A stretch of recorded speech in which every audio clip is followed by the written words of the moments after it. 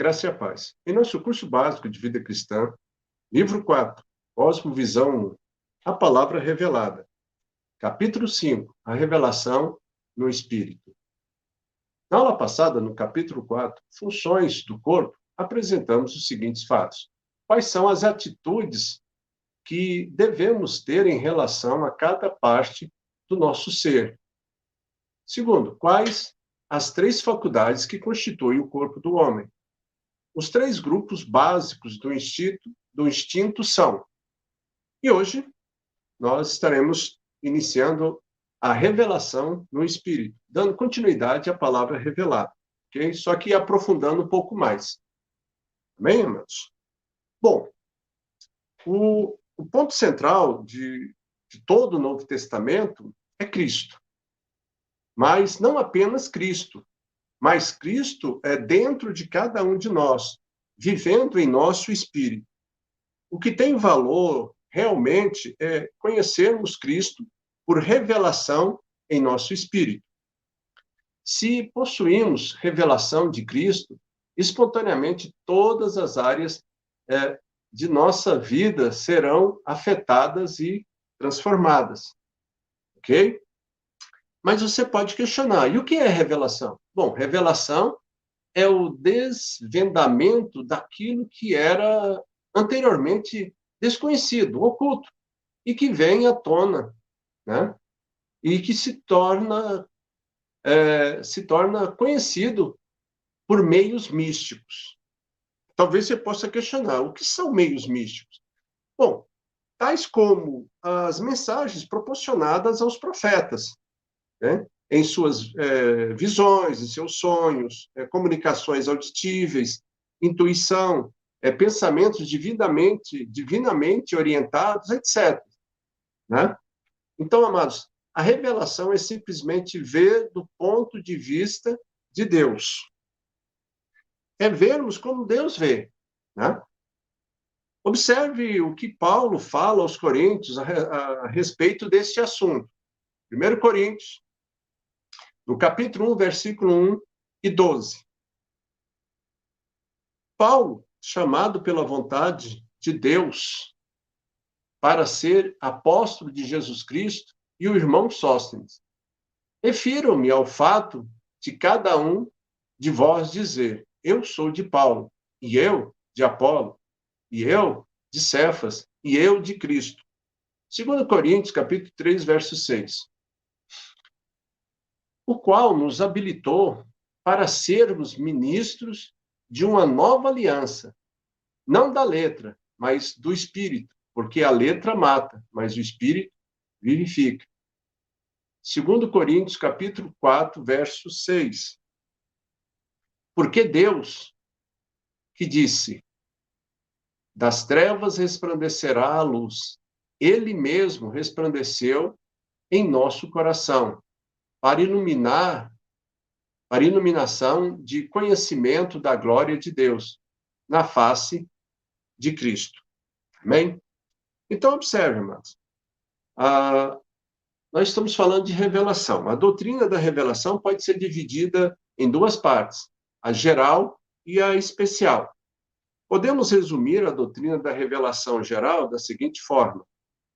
Deus já falou a todas as pessoas, mesmo aqueles que nunca ouviram o Evangelho, têm a revelação de Deus no mundo e na natureza do homem.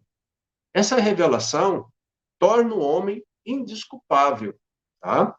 Deus não condenará as pessoas por rejeitarem o Evangelho, que nunca ouviram, entenda isso, mas porque deliberadamente ignoraram a verdade que veio no mundo, e por quebrar a lei moral dentro dos seus corações.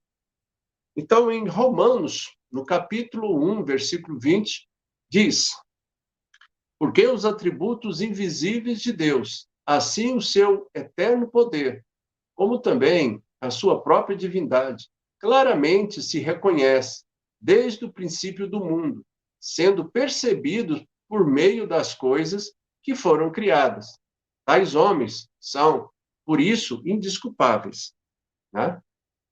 Então, vamos observar um pouco aqui pontos interessantes nessa palavra de Paulo? Primeiro, a presença de Deus já é reconhecida por meio de todas as obras que Deus fez, né? E é isso que torna o homem indesculpável, né? Então, o pecado leva o homem a moldar a divina imagem de Deus, não o Criador, mas pela criatura. A mente caída sempre produz uma interpretação errada da criação, ok? Então, a Bíblia não dá esperança de que alguém possa ser salvo somente pela revelação geral, né? E o que é a revelação especial? A revelação especial é a revelação sobrenatural de Deus, através da qual o pecador toma conhecimento de como Deus resgata os pecadores, né? E nós já temos esse conhecimento por meio de Jesus Cristo, para a sua própria glória, para a glória de Deus. Amém? Tá, nós estamos falando de revelação. Mas como são essas revelações? Que maneira Deus fala aos homens, né? Então, observa, mas no Antigo Testamento nós temos os seguintes meios de revelação. Primeiro, a palavra falada, que é a questão da comunicação racional entre o Criador e a criatura, né? Se nós pegarmos ali o primeiro livro, né, nós já vemos ali, é abordado logo no início da história da criação, ou seja, o homem só poderia ter sabido o que aconteceria quando ele comesse do fruto proibido, porque Deus falou para ele, né? Assim como em Gênesis, no capítulo 3, versículo 8, fala que Deus vinha conversar com o homem na viração do dia, né? Então, tinha um diálogo, tinha uma comunicação ali. E esse padrão de comunicação verbal, mano, é proporcional entre Deus e a pessoa e Deus. E continua através de todo o Antigo Testamento, né? Nós temos exemplo disso. Observe, o Senhor falou ou chamou Noé, Abraão, Jacó, Moisés, Samuel, Davi, Isaías, etc., né? Bom, além de falar diretamente às pessoas, o Senhor se revela por outras maneiras. Exemplo, revelou-se a José em sonho, além de também se revelar aos reis pagãos em sonho. Nós temos o faraó lá em Gênesis, no capítulo 41, o rei Nabucodonosor, lá em Daniel, no capítulo 2. Nos dois casos, a interpretação foi revelada aos profetas, né, que acompanhava lá cada um desses reis, respectivamente, José no Egito e Daniel, né? Assim, nós temos um ponto que nós podemos ver e entender que a revelação de Deus ela é acompanhada pela interpretação, ou seja, o significado das coisas reveladas, né? Outro modo de revelação no Antigo Testamento são os milagres que Deus fez na história. Por exemplo, as pragas contra os egípcios, lá em Êxodo, do capítulo 7 ao capítulo 12, né? Nós temos outros exemplos, mas fica mais nítido nós lembrarmos isso. Outra maneira como Deus se revela foi pela palavra escrita. Amados, o resultado da revelação especial do Senhor nas Escrituras, ela é perfeita, né? Inclusive foi o estudo do nosso primeiro livro sobre bibliologia, ok? Então, no Novo Testamento, nós temos a continuação da história, só que inicia-se uma nova fase. Tem início uma fase inédita na revelação de Deus, a presença do próprio Deus na encarnação de Jesus Cristo, né? Então, observe, vamos recapitular até aqui. É Deus que se revelou por meio de visões, de sonhos, palavras, ideias reveladas diretamente, e a revelação especial também veio mediante os profetas, os apóstolos e Jesus Cristo. Né? E o ponto mais interessante com a presença de Jesus é que Jesus aqui ele eliminou toda e qualquer possibilidade de que a palavra de Deus seja falsificada. Lá em Mateus, no capítulo 5, versículo 17 e 18, ele fala: Não penseis que vim revogar a lei ou os profetas. Não vim para revogar, eu vim para cumprir.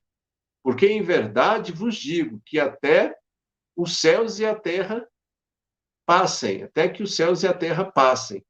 Nem o i ou o tio jamais passará da lei, até que tudo se cumpra. Amém? Então, observe. Portanto, o que vemos, né, é a autoridade reconhecida por Jesus, né, através ali dos profetas no Antigo Testamento e os apóstolos no Novo Testamento, que tudo isso pertence ao canon, né? A autenticidade da palavra de Deus, das suas múltiplas formas, ok? E a igreja não precisa de outras revelações, porque essa fundação já é suficiente, né? 2 Coríntios, no capítulo 5, verso 16, diz: Assim que nós, daqui por diante, a ninguém conhecemos, segundo a carne. E se antes conhecemos Cristo, segundo a carne, já agora não o conhecemos desta maneira, ou deste modo. Ok? Mas observe, quando a revelação de Deus vem, então, o crescimento, a discipulado, a maturidade cristã, a missões, a novos líderes, ou seja, tudo o mais é apenas consequência de termos as nossas vidas impactadas pela luz do Espírito Santo. Ok? Então, nós estamos sendo guiados e dirigidos. Em Efésios, no capítulo 1, versículo 16, a parte B, e 19, a parte A, vemos Paulo falando. Diz assim: fazendo menções de vós nas minhas orações, para que o Deus de nosso Senhor Jesus Cristo, o Pai da glória, vos conceda espírito de sabedoria e de revelação no pleno conhecimento dele, iluminados os olhos de vosso coração, para saberdes qual é a esperança do seu chamamento, qual é a riqueza da glória de sua herança nos santos, e qual a suprema grandeza do seu poder. Amém? Assim que os nossos olhos espirituais se abrem e entendemos como todos os santos, à medida do seu poder dentro de nós, então acontece algo extraordinário, há uma explosão de poder e de autoridade na vida dos filhos de Deus. Mas eu tenho que entender, não adianta saber com a mente. Nós temos que ter revelação no espírito, amados. Ok? Como diz aí também em Efésios, no capítulo 3, versículo 14, 18 e o 19. Continua Paulo. Por esta causa me ponho de joelhos, a fim de poderes compreender qual é a largura e o comprimento e a altura e a profundidade, e conhecer o amor de Deus que excede todo entendimento, para que sejais tomado de toda a plenitude de Deus. Veja aí, amados, que Paulo diz que o amor de Deus excede todo entendimento. Por isso ele ora por revelação, pois a mente sozinha ela não pode entender as perspectivas e o propósito de Deus, né? Observe que Paulo pede para que Deus dê revelação para os seus filhos. né? Para que haja uma transformação. E aí nós temos que entender o seguinte: o Espírito Santo, ele é o dinamis de Deus. Tá, o que é o dinamis de Deus, pastor? É o poder de Deus. É esse poder que agora, amados, nós temos que entender isso, que agora está habitando em nós, dentro de nós, apenas esperando ser liberado pela nossa fé, pelo nosso agir. Então, quando a revelação vem, então a fé para liberar o poder de Deus, que está na pessoa do Espírito Santo, habitando em cada um de nós. Ok? Então, a vida cristã não consiste de acúmulos de conhecimento mental, mas em, em um avançar em níveis de novas revelações do Espírito, crescendo a cada dia. Em Colossenses, no capítulo 1, versículo 9 ao 11, diz, novamente Paulo, por essa razão, não cessamos de orar por vós e pedir que transbordeie em pleno conhecimento, em toda sabedoria e entendimento espiritual, a fim de viver de modo digno o evangelho. É um fato que, à medida que Deus realmente habita em nós, há uma mudança, né? Haverá temor ao usarmos o nosso corpo, porque o corpo é agora, e nós temos esse reconhecimento, que agora ele é a morada do Espírito Santo, o templo de Deus. Então, há temor. E temor é o princípio de sabedoria, como diz a palavra de Deus. Bom, como obter revelação? Quando nós observamos a palavra de Deus, podemos dizer que há pelo menos 4 fatores essenciais para se obter revelação.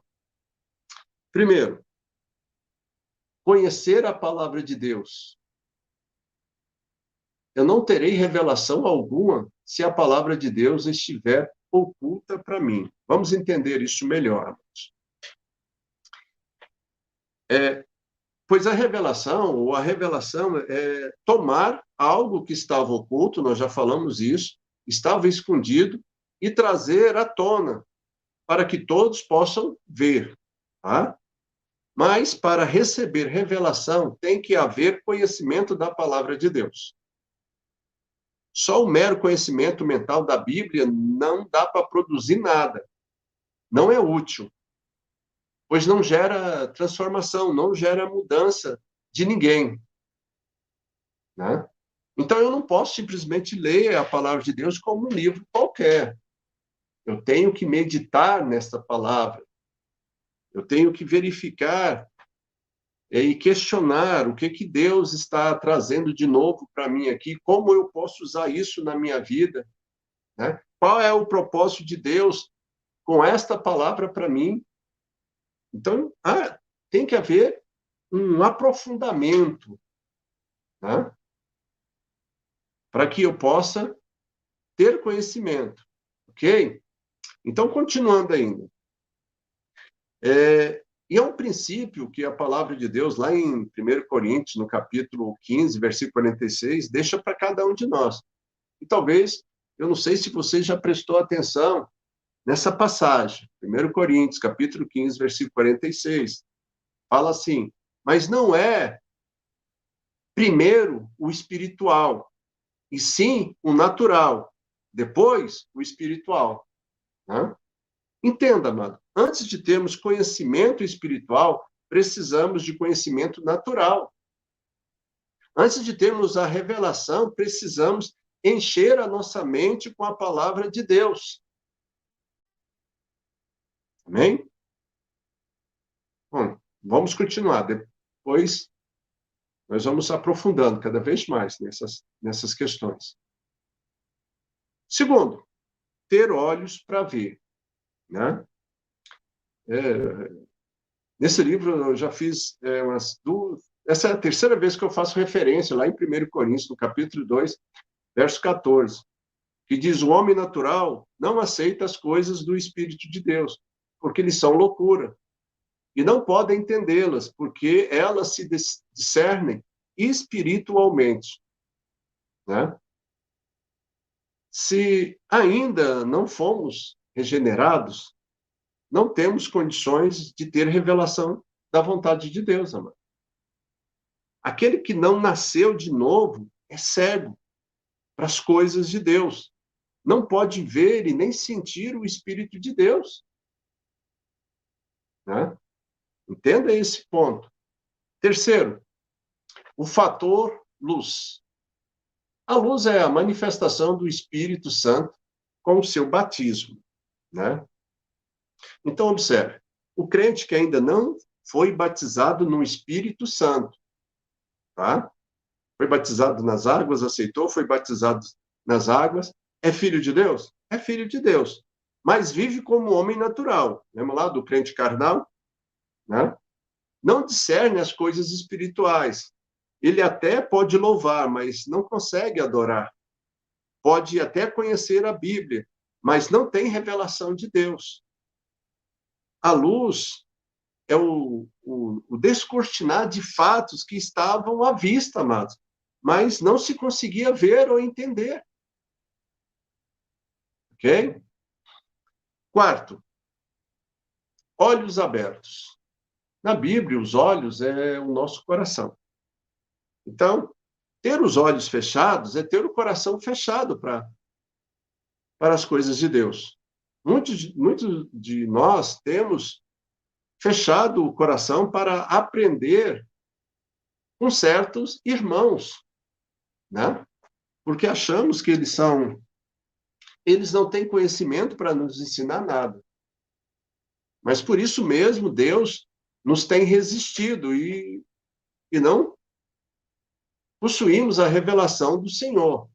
Tá? Lá em Tiago, no capítulo 4, o versículo 6 e 7, fala sobre isso. Antes, ele dá maior graça, pelo que diz, Deus resiste ao soberbo, mas dá graça aos humildes. E continua, e sujeitai-vos, portanto, a Deus, mas resisti ao diabo, e ele fugirá de vós. Né? Mas tem outro ponto que eu acho interessante, lá em Apocalipse, no capítulo 3, versículo 20, a palavra diz assim, eis que estou à porta e bato. Se alguém ouvir a minha voz e abrir a porta, entrarei em sua casa e cearei com ele e ele comigo. Vamos entender essas duas referências. O Senhor Jesus, primeiro é Apocalipse, o Senhor Jesus diz para os crentes de Laodiceia que ele estava à porta batendo. Né? Esse é o primeiro ponto que nós entendemos. Mas aqui nós podemos questionar. Para quem que o Senhor está se dirigindo nessas referências? Então, aqui nós pegamos os 4 pontos aqui, amados. Observe.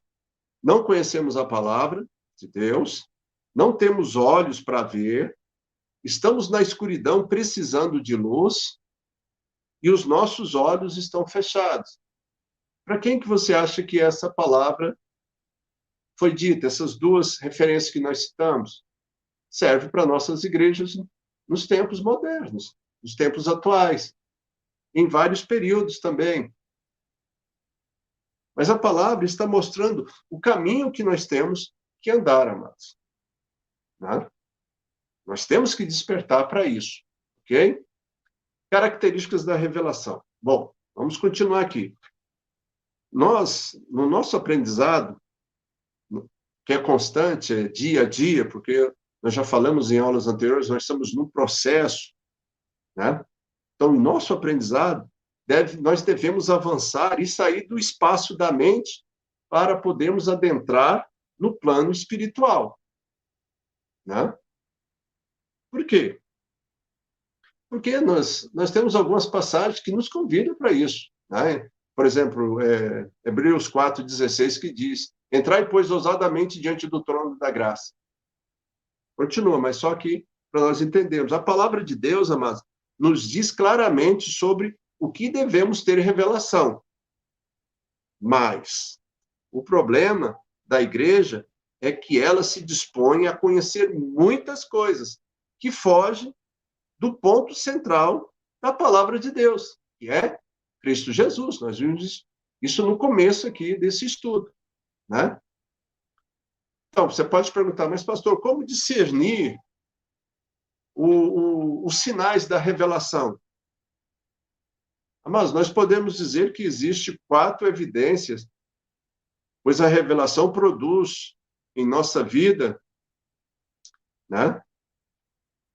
Melhor, a revelação produz em nós vida, gera fé, mudança de vida e ajuda nas horas de tentação. Amém? Então vamos ver cada um desses pontos. Primeiro, gera vida. João capítulo 6, versículo 63, a parte B. Jesus diz: as palavras que eu vos digo são espírito e vida. Né? E aí nós fazemos um retrospecto aqui. A letra é morta, mas a palavra que sai da boca de Jesus vem acompanhado do sopro do Espírito Santo. Então, quando nós enchemos do Senhor, nós temos toda a expressão de vida de uma forma real e presente nas nossas vidas. Nós nos sentimos mais alegres, ousados, capazes de falar e cheios de disposição, né? É a vida de Deus fluindo em nós, né? Que será a autoridade na nossa boca. Nós vamos começar a falar sobre aquilo que nós estamos cheios. E é a vida fluindo em nossas palavras, que vai gerar vida para outras pessoas, que vai transformar outras vidas, outras pessoas. É a vida que tem o poder de destruir a morte. Então, você é instrumento de transformação. Amém? Gerar fé. Romanos, o capítulo 10, versículo 17, diz que e assim a fé vem por ouvir, e ouvir a palavra de Deus. Entenda isso, amado. A fé é gerada pelas palavras de Deus. E a revelação nada mais é do que a palavra viva de Deus no nosso espírito. Presente, né? Quando a revelação de Deus vem, o nosso coração se aquece numa fé, numa disposição nova, num novo ânimo. Não devemos nos contentar com um nível de revelação e fé que nós já alcançamos, não. Antes nós temos que avançar a novos níveis, cada vez mais crescendo, né, em conhecimento e graça. Nós não estacionamos, nós continuamos marchando, ok? Terceiro, gerar mudança de vida. A cada revelação que recebemos, somos transformados de glória em glória até alcançarmos a semelhança de Jesus. Ok? Bom, vamos dar um exemplo disso, para ficar mais fácil nós entendermos essa mudança de vida. Em Mateus 16, nós vimos Pedro fazendo uma grande declaração a Jesus. Ele disse: Tu és o Cristo, o Filho do Deus vivo. Né? E sobre essa afirmação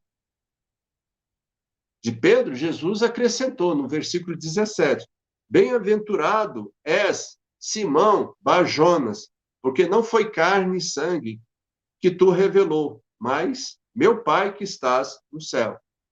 Amados, observe aqui a mudança. O nome Simão, que quer dizer frágil, significa frágil, agora foi transformada em Pedro, que quer dizer pedra. Pedra da mesma natureza de Jesus. Tá? O que transformou a Pedro? Né? Jesus diz que foi a revelação que ele recebeu do Pai, ok? E para nós encerrarmos aqui essa parte, esse capítulo, nós vamos aqui para quarto ponto. Ajuda na hora da tentação. A palavra que vem do Espírito dentro de nós tem condição de criar uma barreira de resistência às obras diabólicas, né? Então, veja bem. Aqui nós fechamos, então. Nós devemos lembrar que a revelação de Deus, ela é progressiva, tá?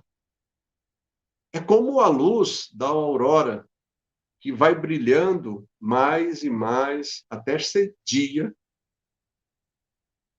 né? Como diz lá em Provérbios, no capítulo 4, versículo 16. Mas a vereda do justo é como a luz da aurora, que vai brilhando mais e mais até ser dia perfeito. Amados, muitas vezes nós temos essa concepção que quando o dia inicia, né, é quando ali pelas 6 da manhã, aproximadamente, o sol aparece.